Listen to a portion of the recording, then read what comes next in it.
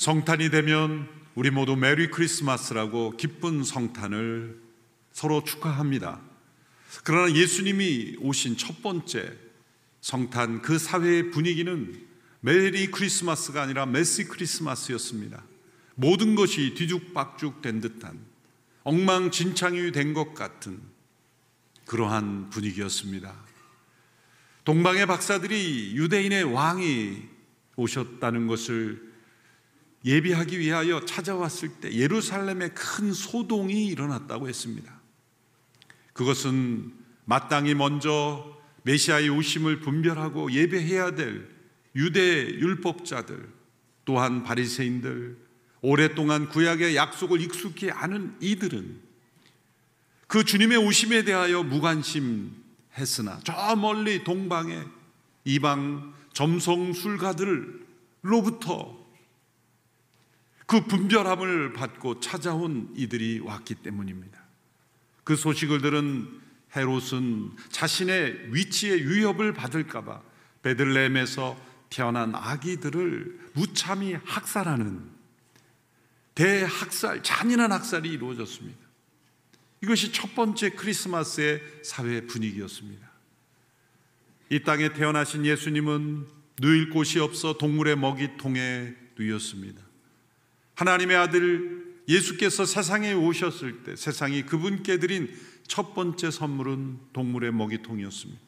마지막 선물은 십자가였죠. 더욱이 예수님의 출생은 처녀에게서 태어난, 처녀가 잉태하여 아들을 낳은 사건입니다.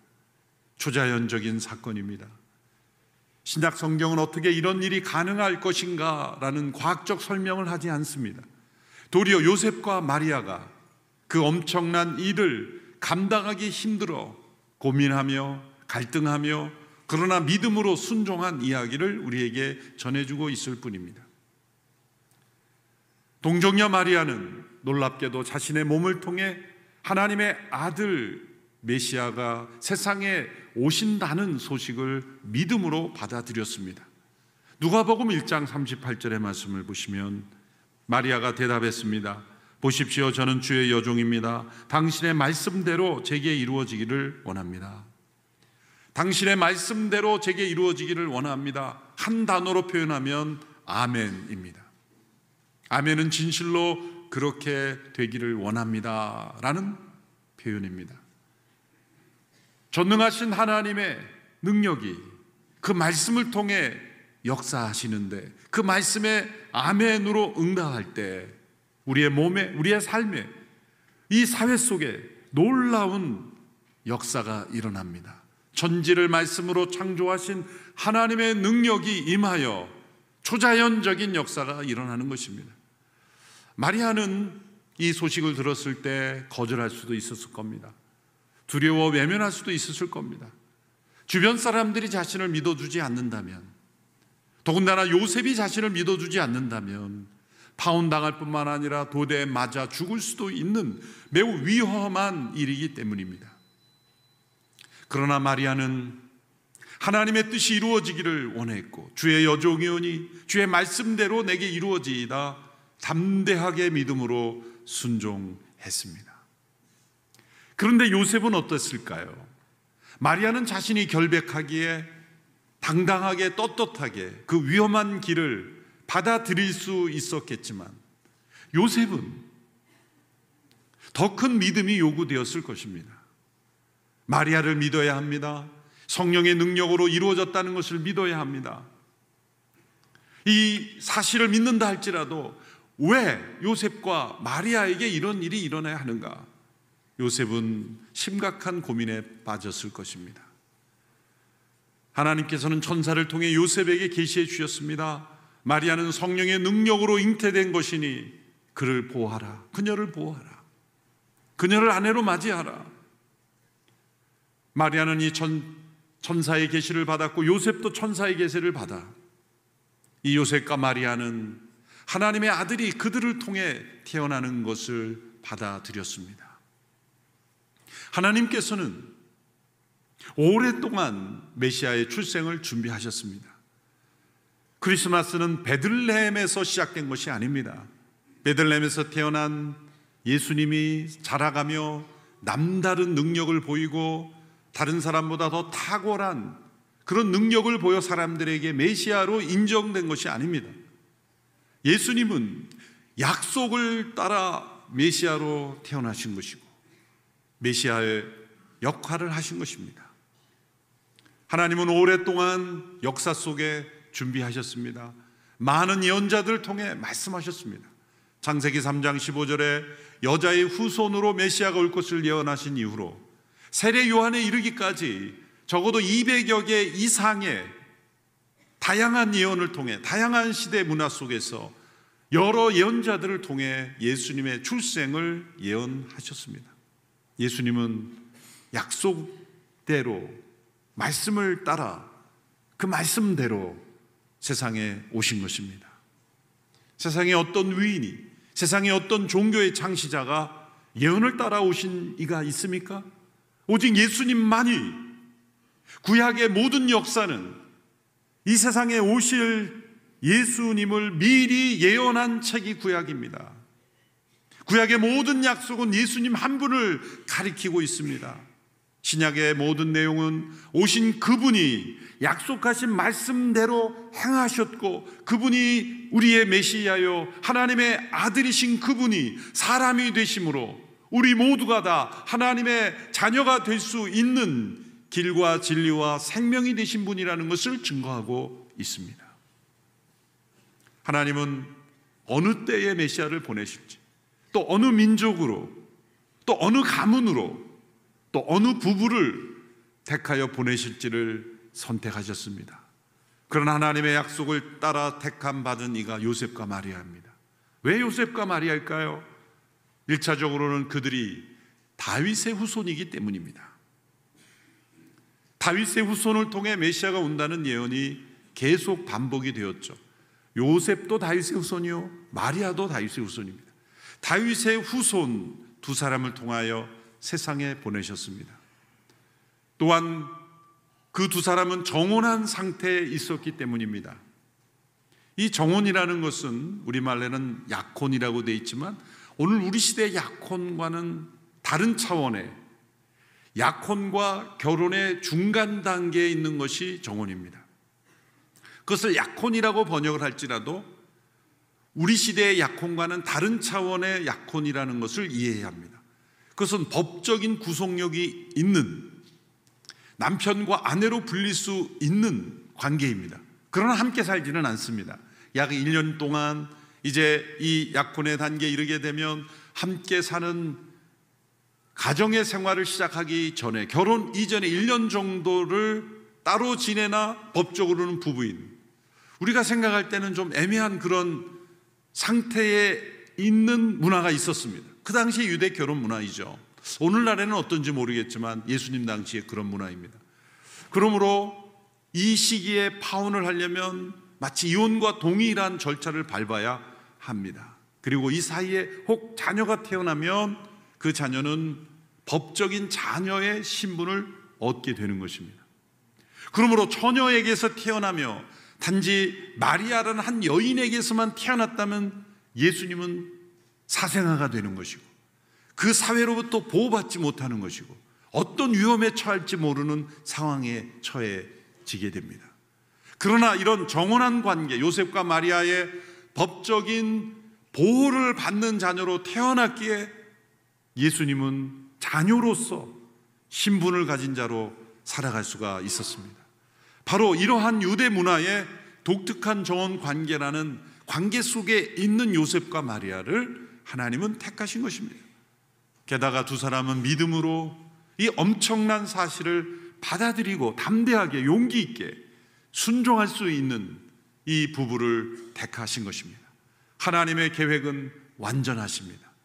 오랫동안 준비하신 하나님의 약속은 반드시 그렇게 이루어지도록 하나님은 역사하셨습니다.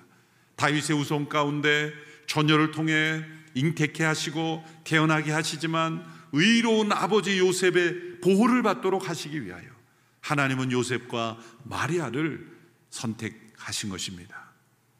천사는 요셉에게 왜 이러한 일이 일어났는가를 이렇게 설명합니다. 22절, 23절의 말씀입니다. 우리 함께 읽겠습니다. 이 모든 일이 일어나게 된 것은 주께서 예언자를 통해 말씀하신 것을 성취하기 위함이었습니다. 처녀가 잉태의 아들을 낳을 것이요 그를 임마누엘이라 부를 것이다.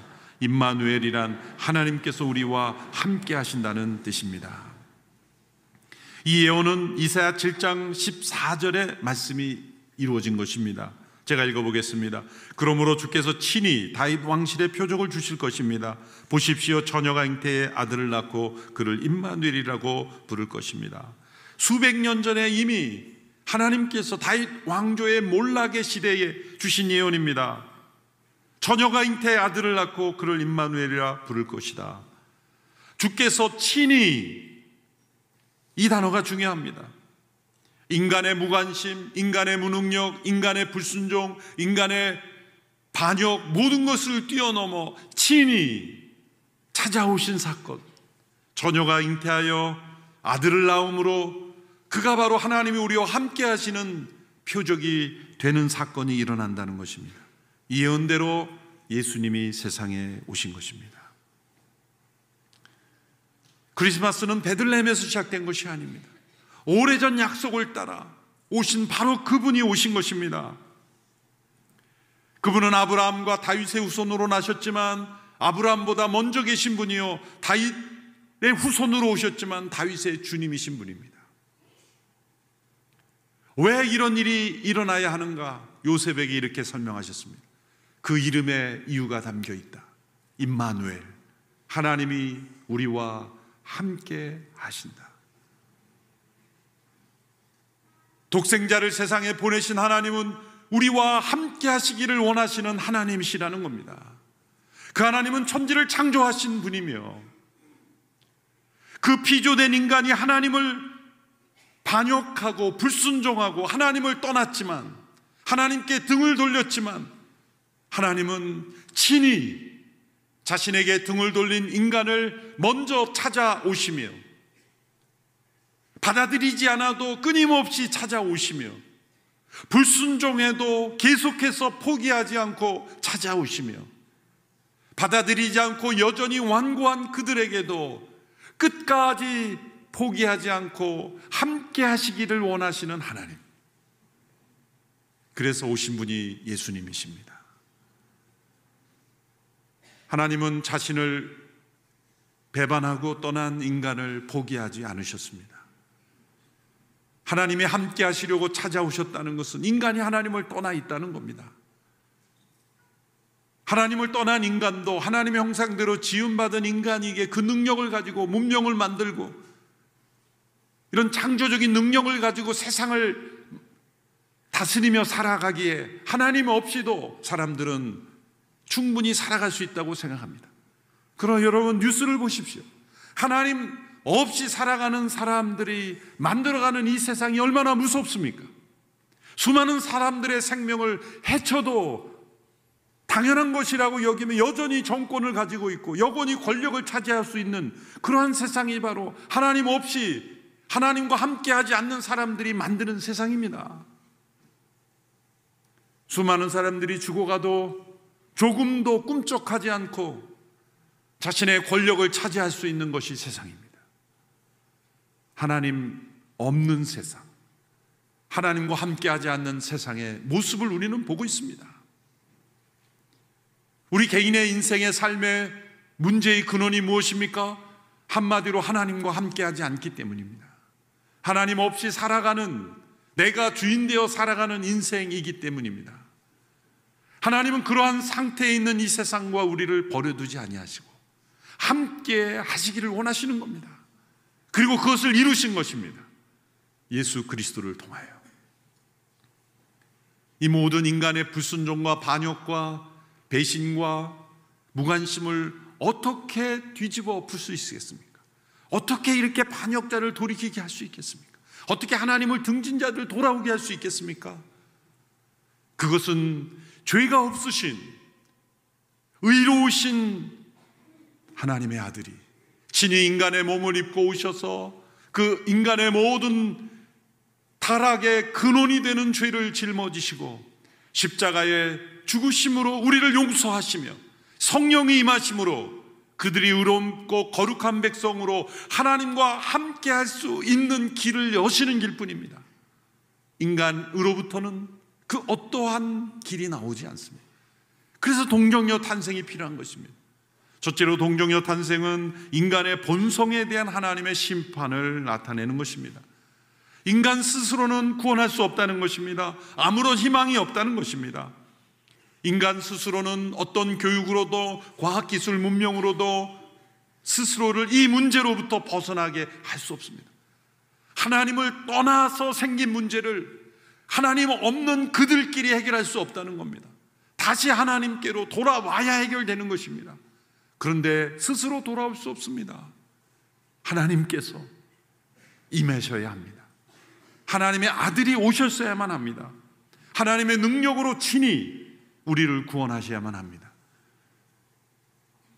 죄 있는 자로 태어나서는 안 됩니다. 죄 있는 모양으로 인간의 몸으로 오셨지만 죄가 없는 의로운 분으로 오셔야 하는 것입니다. 그러므로 두 번째 동정녀 탄생은 성령의 능력으로 죄가 없는 완전한 인성을 가지신 분으로 태어나셔야만 했기 때문입니다. 단지 동정녀의 탄생이기 때문에 죄가 없는 거 아닙니다. 마리아도 죄가 있는 사람이기 때문이죠. 성령의 능력으로 동정녀에게서 태어났기 때문에 그분은 죄가 없으신 완전한 인성을 가지신 분이에요. 새로운 인간입니다. 완전히 새로운 인류입니다. 모든 인간은 아담 안에서 태어나면서부터 죄 가운데 태어났습니다. 아담의 안에 있던 모든 죄의 뿌리를 타고난 사람들입니다. 첫째 아담 안에서 다 태어났습니다. 그러나 이 땅에 처녀의 몸에 성령으로 잉태하신 예수님은 둘째 아담이라고 불릴 수 있는 것은 그분은 죄가 없는 온전히 의로우신 분이기 때문입니다. 그리고 그를 믿는 모든 자에게, 그분의 죽음을 받아들이는 모든 자에게 예수님 안에 있는 온전한 의로움과 거룩함을 선물로 주실 수 있는 분으로 오신 것입니다. 하나님의 시각에는 인류의 인구는 두 사람밖에 없습니다.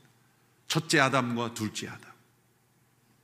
아담 안에서 우리 모두가 타락한 죄인이 되었지만 둘째 아담이신 그리스도 안에서 우리 모두가 온전히 의롭게 되는 역사를 이루시기 위하여 그분은 동정녀의 몸에서 성령으로 잉태되어 오신 것입니다. 셋째로 그로 말미암아 동정녀의 탄생은 그리스도 안에서 신성과 인성, 완전하신 하나님이며 동시에 완전한 사람이신 분으로 나타나신 분입니다. 예수님의 죽음이 왜 모든 사람의 죄를 용서할 수 있는 죽음입니까? 그분이 하나님의 아들이시기 때문입니다. 완전한 하나님이신 그분이 아니라면 우리의 죄를 어떻게 용서할 수 있겠습니까? 단 한 사람의 죽음일 뿐입니다. 죄를 가진 한 사람이 그 대가를 치는 것뿐입니다.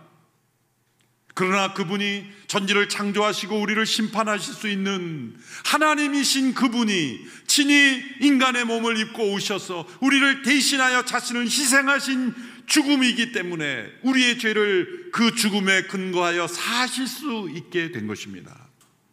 예수님은 온전한 하나님이시며 동시에 완전한 사람이십니다. 50%가 합쳐진 게 아닙니다. 사람들에 의하여 신격화된 인간이란 뜻도 아닙니다. 여러분, 가우타마 붓다는 나는 신이 아니라고 공언했습니다. 그런데 사람들이 신격화한 거죠. 스스로 신이라고 주장하지 않은 존재를 사람들이 신으로 받든 거죠. 사람들이 신으로 신격화한다고 신이 됩니까? 누군가 나는 신이라고 주장한다면 신적 능력을 보여야 할 것입니다. 그래서 사이비들은 조작을 하죠. 마치 기적이 일어난 것처럼, 신비한 능력이 일어난 것처럼. 그러나 시간이 흐르면 모든 거짓은 다 드러나고 맙니다. 예수님은 그분의 신성을 증거하셨습니다. 나와 아버지는 하나이라 말씀하셨습니다. 나는 생명의 빛이고 세상의 빛이고 나는 선한 목자라 말씀하셨어요. 나는 길이요 진리요 생명이라는 이 신성을 증거하셨습니다. 그리고 그 증언하신 그대로 예수님의 모든 삶과 교훈에는 신적인 능력이 나타나셨습니다. 교회 역사적으로 예수님의 완전한 신성과 인성을 받아들이기 어려워서 400년 동안이나 사람들은 고민하고 또 회의하고 또 회의했습니다. 그런데 역사를 거슬러 올라가서 예수님 살아계 육신으로 계실 때 직접 목격하고 그분의 교훈을 듣고 기적을 봤던 사람들이 생존한 기간 동안에 있었던 사람들은 무엇을 믿기 어려워했냐면 역사적인 자료를 보면 예수님의 인성을 믿기 어려워했다는 겁니다. 오늘날과 정반대입니다. 그것을 잘 생각해 보셔야 됩니다. 주 1, 2세기에 유행했던 이단들은 한결같이 예수님의 인성을 무시하는 거예요. 어떻게 하나님이신 저분이 어떻게 인간일 수 있느냐. 그것은 왜 그럴까요? 신적인 능력이 명백하게 그 당시에 나타났기 때문이죠. 그것이 기록으로 전해져 오자 사람들은 이제 기록을 불신하면서 이거는 후대 사람들이 신격화하기에 맞는 거라고 말하면서 예수님의 신성을 부정하죠. 그러나 예수님 당시에는 인성을 믿기 어려워했습니다. 예수님은 완전한 하나님이시며 완전한 사람이시 분으로 세상에 오셔서 그분의 죽으심은 우리의 죄를 완전히 용서하시는 죽음이요 그분의 부활은 우리에게 영원한 생명을 주시는 부활의 생명을 주시는 분이 되신 것입니다. 왜 이런 일이 일어날까요? 한 단어로 표현됩니다. 임마누엘. 하나님이 우리와 함께 하시기 원하시는 것입니다. 성경의 주제를 한 단어 표현하면 임마누엘입니다. 천지를 창조하신 하나님은 타락한 인간을 심판으로 끝내지 아니하시는 분입니다. 우리와 함께 하시기를 원하시고 회복하기를 원하시고 다시 우리를 돌이키기를 원하시고 함께 우리와 교제하기를 원하시고 우리와 친밀한 관계를 누리며 영원한 생명을 나누시기 원하시는 하나님이시기에 우리를 포기하지 아니하고 버려두지 아니하고 함께 하시기 위하여 찾아오신 분, 그분이 바로 예수 그리스도이십니다.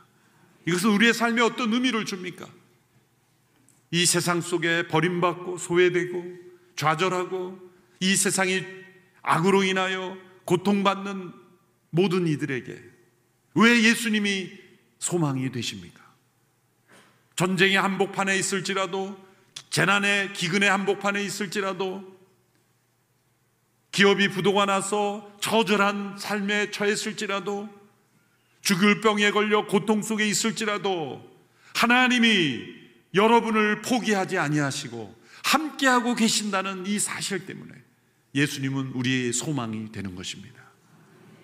세상으로부터 완전히 버림받아 소외감을 느끼는 누군가일지라도 하나님은 그리스도 안에서 여러분과 함께 하시는 하나님이십니다. 여러분 안에 거하시는 하나님이십니다. 성령 안에서 우리는 하나님과 함께 할 수 있는 사람들이 된다는 것입니다. 이 사실을 믿고 체험하지 않는다면 성탄은 그저 종교적 이벤트일 뿐입니다. 오늘 우리가 함께 기쁨으로 찬양하고 성탄을 노래할 때 나와 함께 하시는 하나님, 나와 함께 하시기 위하여 나의 죄를 처리하기 위해 오신 예수님, 나에게 영원한 생명을 주시기 위해 십자가에 죽으시고 부활하신 주님, 그리고 다시 오실 주님, 그 모든 것은 나와 함께 하시는 하나님, 그 하나님이시기 때문입니다. 이 하나님을 체험하는 우리 모두가 되기를 축원합니다. 기도하겠습니다. 임마누엘, 우리 주 예수님을 찬양합니다. 우리와 함께 하시기 위하여 하나님과 단절되었던 우리들을 회복시켜 주시니 감사합니다. 하늘의 영광을 버리고 낮고 천한 이곳으로 오시되 죽기까지 낮아지신 주님, 우리의 죄를 사하심을 감사합니다. 우리에게 영원한 생명을 주시니 감사합니다. 우리와 함께 하시는 하나님이 되어주시니 감사합니다. 오늘 이후로 일평생 우리의 삶이 나와 함께 하시는 하나님을 날마다 체험하는 삶이 되게 하옵소서. 예수님의 이름으로 기도하옵나이다. 아멘.